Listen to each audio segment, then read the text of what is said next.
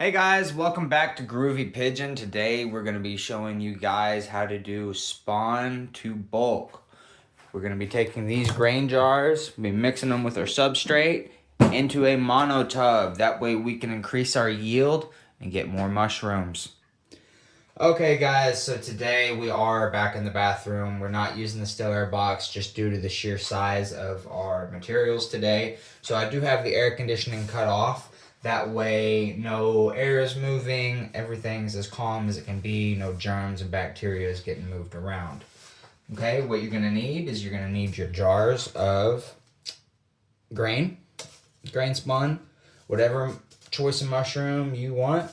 Okay, you are going to need your mono tub or shoe box, as we like to say.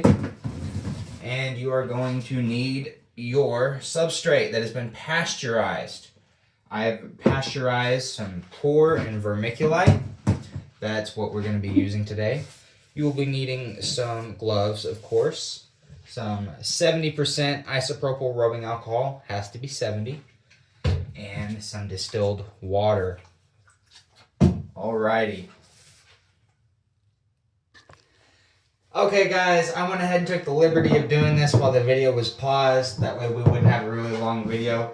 But what you're going to want to do is take some 70% rubbing alcohol, spray everything down, kind of wipe it down with a paper towel, make sure everything's sterile.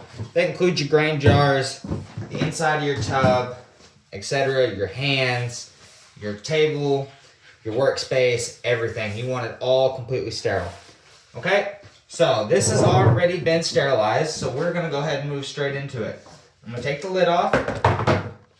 We have a species from Hawaii that we're going to be inoculating a tub with today, okay? So, just take it. Just, man,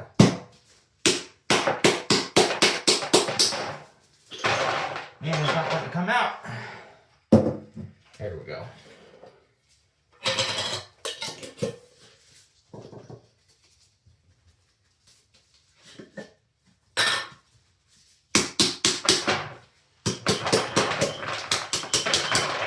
Man, I have never had corn grain this hard to get out before.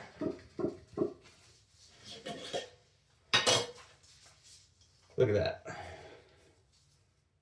Nice and fuzzy.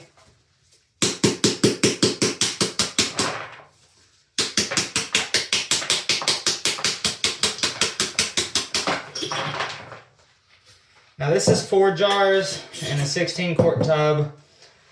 Typically, I would use 3. I just have an extra one left over. A lot of people use 6-quart tubs. If you are, 1 to 2 jars is enough. These are about pint jars, I think. Quart jars. Alrighty.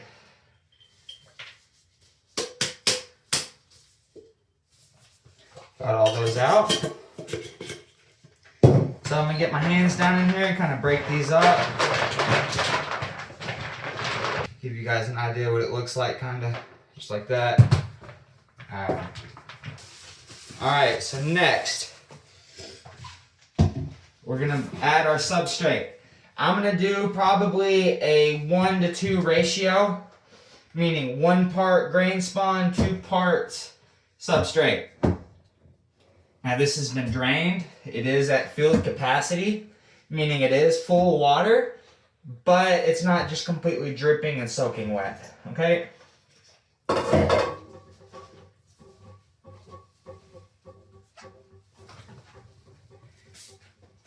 And I'm going to tell you, I'm eyeballing everything. I'm not taking measurements here.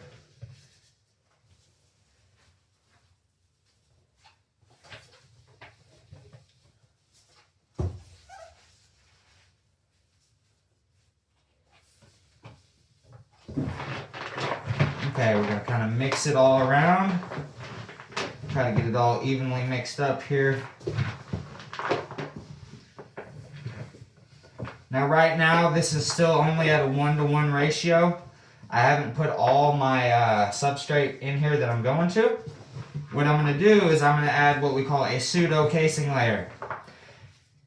And I'm going to go ahead and do that before it starts colonizing, just to kind of imitate, you know, an extra layer of soil, per se.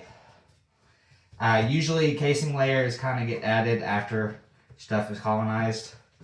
I have started doing it beforehand. I've noticed for me personally, it helps a little bit with overlay. I don't have to deal with overlay as much if I do it that way.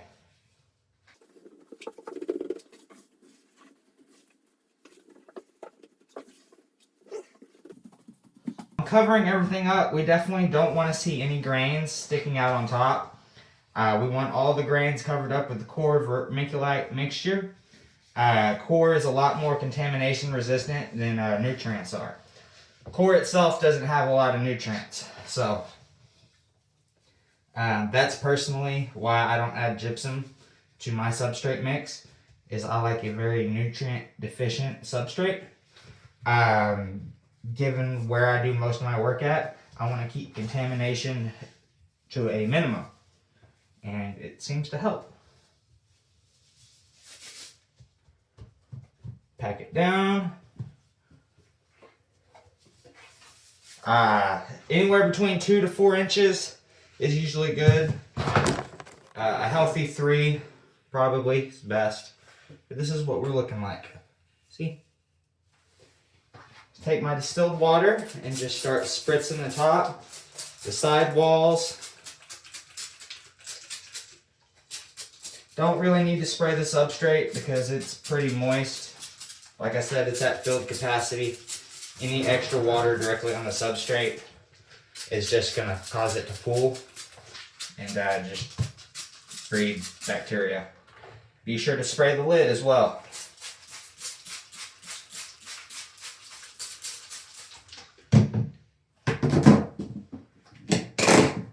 That's that. That's how you go spawn to bulk.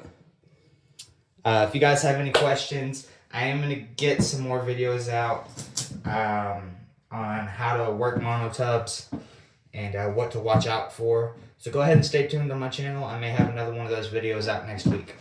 Y'all have a blessed day. Love you guys. Thanks for watching.